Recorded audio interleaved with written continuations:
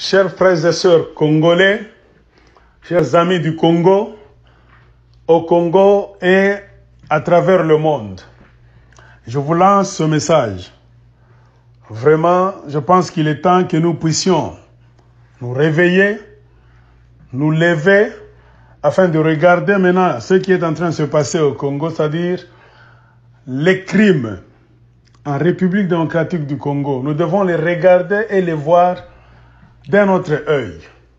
Pourquoi? Parce que maintenant, il y a un incident qui doit vraiment nous donner des leçons, qui doit nous réveiller pour que nous puissions changer notre fusil d'épaule, pour que nous puissions changer notre stratégie de guerre maintenant. Je pense que maintenant vous êtes en train de suivre le conflit qui existe entre le docteur Denis Mukwege et le régime fantoche, fasciste de Paul Kagame, régime du Rwanda. Pourquoi ce conflit? Tout simplement parce que le docteur Denis Mukwege insiste partout où il va.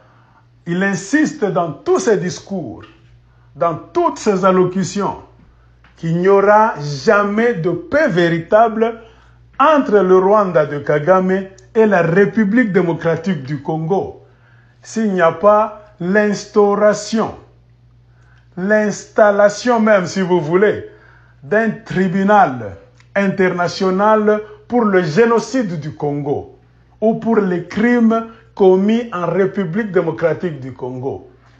Et quand on parle de ça, on voit ces deux pays qui sont épinglés. Le Rwanda de Paul Kagame et l'Ouganda de Yoweri Museveni. Aussi, certains acteurs congolais, là à Kinshasa, qui ont joué les jeux avec ces ennemis du Congo pour commettre toutes sortes de crimes en République démocratique du Congo. Ce que je veux souligner, c'est quoi? C'est que vous avez vu que James Kabarebe a agi, pas agi, a réagi. Pourquoi? Parce qu'il a entendu le discours du docteur Mukwege. Et cela doit nous ouvrir les yeux. Pourquoi? On lit déjà la peur. C'est-à-dire, la peur change de camp. Ces gens-là savent très bien. Donc les kagamistes, tout ce monde-là qui travaille avec Kagame ou bien pour Kagame, ce sont des gens qui ont peur. Qui ont peur vraiment que le Congo, ou bien les Congolais, commencent à adopter un discours disant qu'il y a eu des crimes au Congo, ou bien il y a eu le génocide du peuple congolais en République démocratique du Congo. Alors vous allez comprendre. Parce que d'habitude, ces gens-là se présentent comme des messieurs là-bas qui s'en foutent de tout ce qui est en train de se passer au Congo. Pourquoi ils s'en foutent? Parce qu'on n'a jamais eu d'autorité sérieuse en République démocratique du Congo. Regardez au pouvoir à Kinshasa. Personne n'a commencé le dossier des crimes commis en République démocratique du Congo. Personne n'a parlé du génocide du peuple congolais. C'est pour cela que Kagame croit se permettre n'importe quoi. C'est pour cela que même les Rwandais kagamistes disent que les Congolais sont des idiots. Oui, effectivement, on a des idiots à la tête de la République démocratique du Congo. Nous avons des politiciens les plus idiots de la planète Terre qui font assez que... Comment est-ce que tu peux te dire que tu es politicien? Tu occupes même des fonctions politiques au Congo, dans la capitale même, et que tu connais très bien que les Congolais ont été tués en masse par le régime de Paul Kagame, de Museveni, avec la complicité des Congolais et des soi-disant Congolais, qui ne sont que des Rwandais qui se sont infiltrés pour faire le job et étouffer le Congo de l'intérieur. Tu te dis politicien, tu travailles en paix. Tu touches même ton salaire, tu as le luxe, les véhicules, tu vas même dormir, demain tu vas au boulot. Tu es un imbécile. C'est l'imbécilité, c'est l'idiotie. Et comprenez pourquoi les Rwandais, voyant les Congolais distraits par le luxe, un titre seulement du boulot, pour qu'on dise, monsieur tel, le ministre tel, Ils ne nous comprennent pas eux-mêmes. Ils pensent qu'en tout cas, on a affaire à des gens, je ne sais pas d'où ils sont venus. C'est pourquoi ils se sont habitués à cela. Mais on s'est rendu maintenant compte de tout ce que les combattants ont l'habitude de dire. Ce qui manque à nos politiciens congolais, c'est quoi? Ce sont des paroles dures, des paroles directes à l'endroit du Rwanda de Kagame. Et ces paroles-là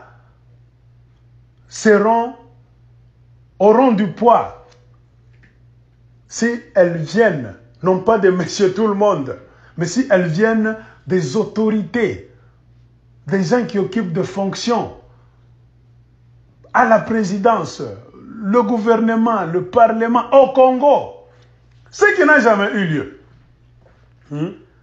Regardez tout ce monde à Kinshasa, présidence, le cabinet du Premier ministre, les sénateurs, vous avez les parlementaires, sur le plan national, les plans provinciaux. Personne n'a jamais fait de ce dossier une priorité. Ils sont très nombreux. Mais comparez maintenant tous ces gens-là, toute cette racaille, au seul docteur congolais, notre fierté, notre prix Nobel de la paix, le docteur Denis Mukwege, un seul homme qui a ouvert sa bouche seulement pour dire qu'il n'y aura jamais de vraie paix, de véritable paix, s'il n'y a pas de justice. Il n'y aura jamais de paix entre la République démocratique du Congo et le Rwanda de Paul Kagame, si on ne met pas en place un tribunal international pour juger les crimes commis en République démocratique du Congo, c'est-à-dire pour juger le génocide du Congo, parce que tout le monde le sait. On ne peut pas négliger cette histoire, mes chers amis. Vous pouvez feuilleter les livres d'histoire à travers le monde et vous verrez qu'aucun peuple n'a été martyrisé, n'a été tué, n'a été décimé comme le peuple congolais. Même pendant la Première et la Deuxième Guerre mondiale. Cherchez. On peut parler des génocides des gens à travers le monde. Chez les Juifs, on parle de 6 millions. Au Rwanda, dernièrement, le génocide rwandais, on parle de 800 000, c'est-à-dire moins d'1 million. Mais au Congo, c'est plus ou moins 12 millions de tués. Et c'est vraiment catastrophique de voir que des Congolais, des soi-disant politiciens congolais, ne font pas de ce dossier leur priorité. Ils prennent le pouvoir, ils n'attaquent pas le Rwanda, ils ne disent rien. C'est comme des idiots, des gens, je ne sais pas, des inconscients. Et malgré toute la philosophie qu'on nous met dans la tête, toutes les intentions, on nous fait croire que le Rwandais est comme ci et comme ça. Non, les Rwandais, ce sont des êtres humains. Kagame, c'est un être humain. Il profite de l'idiotie des politiciens congolais. La preuve en est qu'un seul homme, le docteur Mukwege, a ouvert la bouche pour réclamer ce tribunal international des crimes commis au Congo. Ce tribunal international qui va juger le génocide commis au Congo par le Rwanda de Kagame, l'Ouganda et même des Congolais qui ont participé à cette histoire. La nouvelle est allée aux oreilles de Kagame et de ses acolytes. James Kabarebe a parlé dans une émission au Rwanda. Il a essayé de minimiser, mais on lit le gêne, on lit l'inquiétude déjà. Parce que ces gens-là ne parlent pas en désordre. Ils pensent qu'au Congo, les gens sont des idiots. Mais quand vous les voyez s'inquiéter, parler, inviter même des journalistes, c'est-à-dire c'est un dossier sérieux. Et c'est ce qu'ils craignent le plus. C'est-à-dire que des autorités, des gens à la tête du Congo puissent prendre ce dossier au sérieux. On n'a personne. Le docteur Mukwege les a inquiétés. Et ça montre que ces gens-là ont peur. Tout ce qu'ils font au Congo, c'est parce qu'on n'a pas de politiciens dignes de son nom, de ce nom. C'est parce qu'on n'a pas d'autorité au Congo.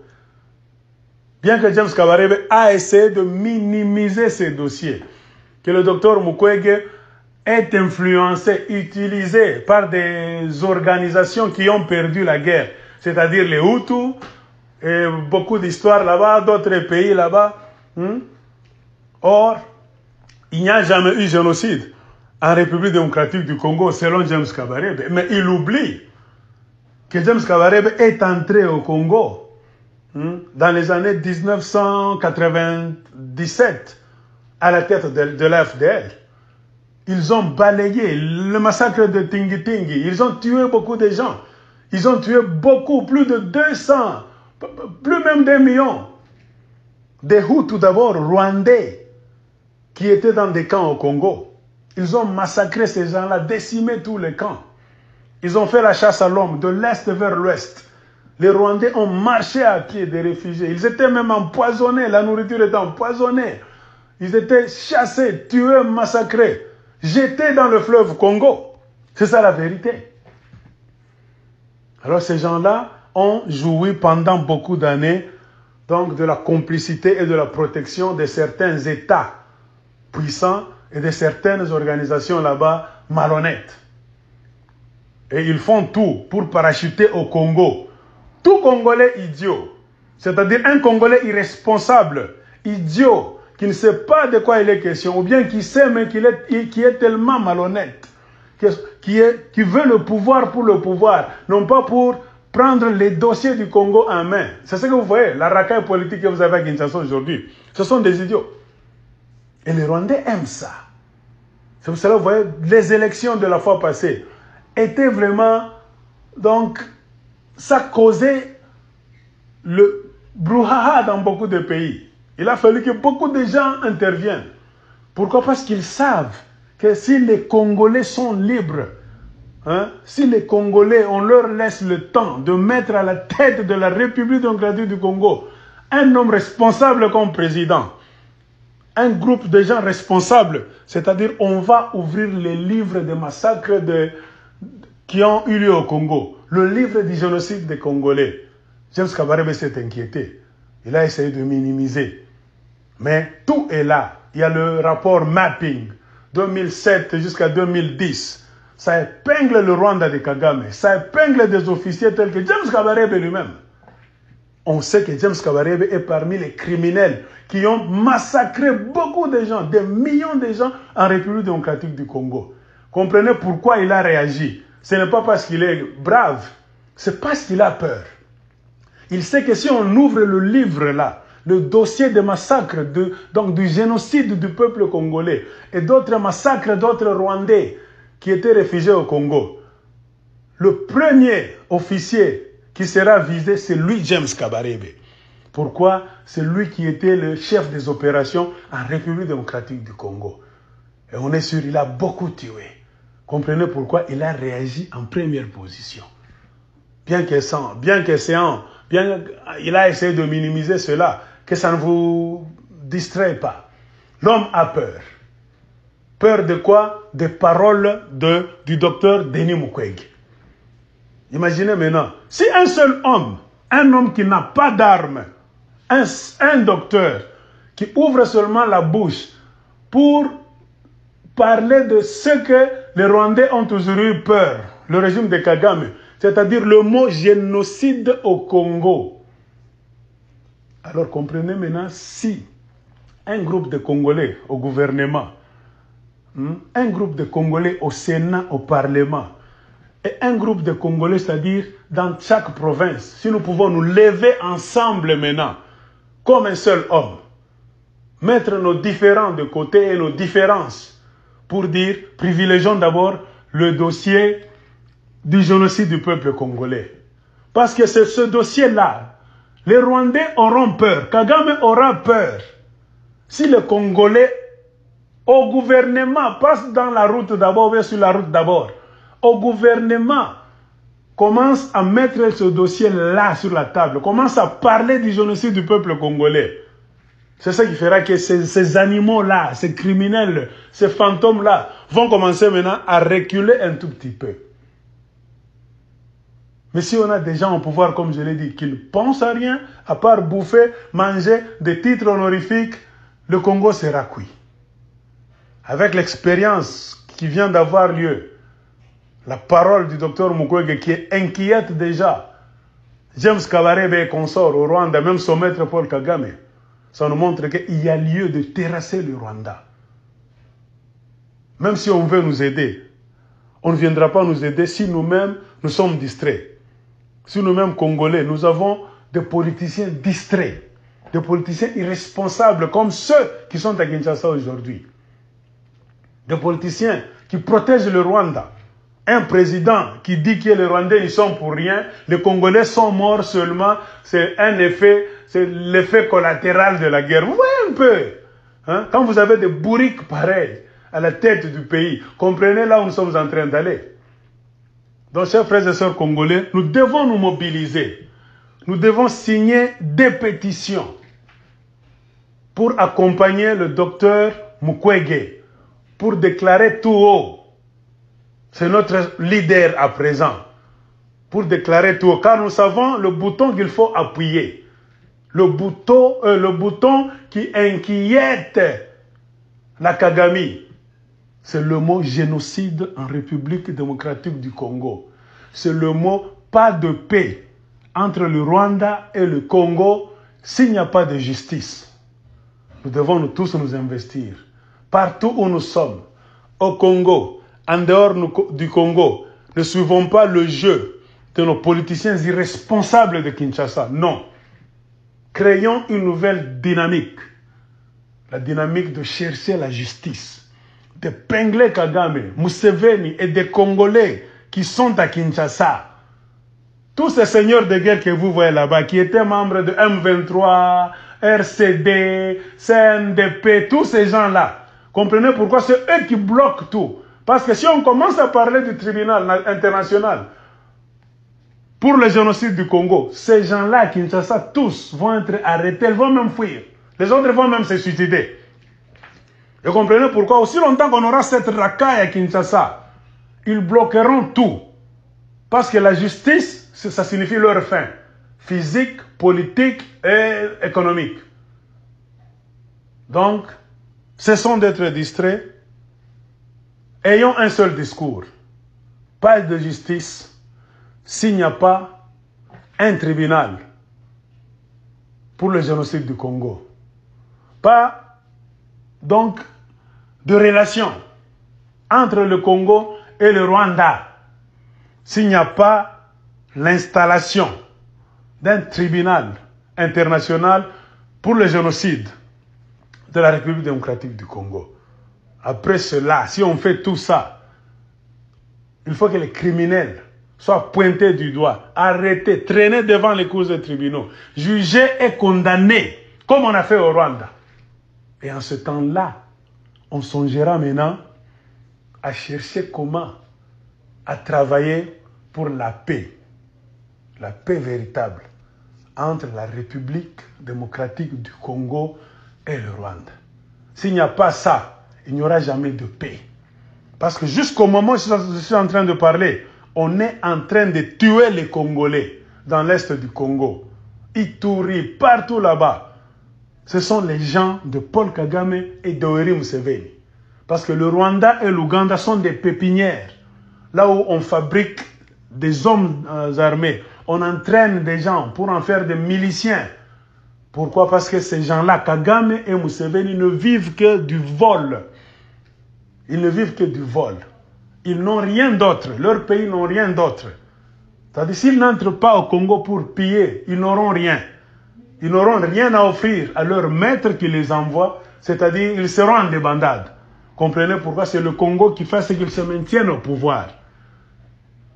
Mais on ne peut pas laisser des gens qui se maintiennent au pouvoir en venant voler chez nous, en venant tuer nos frères et sœurs, en nous agressant chaque fois. Donc changeons de stratégie, attaquons, répétons chaque fois le génocide du peuple congolais. Cherchons ce tribunal-là international. Et vous verrez comment la peur commence à changer de camp déjà. La peur est de l'autre côté du lac Kivu. La peur est dans les collines. C'est ça.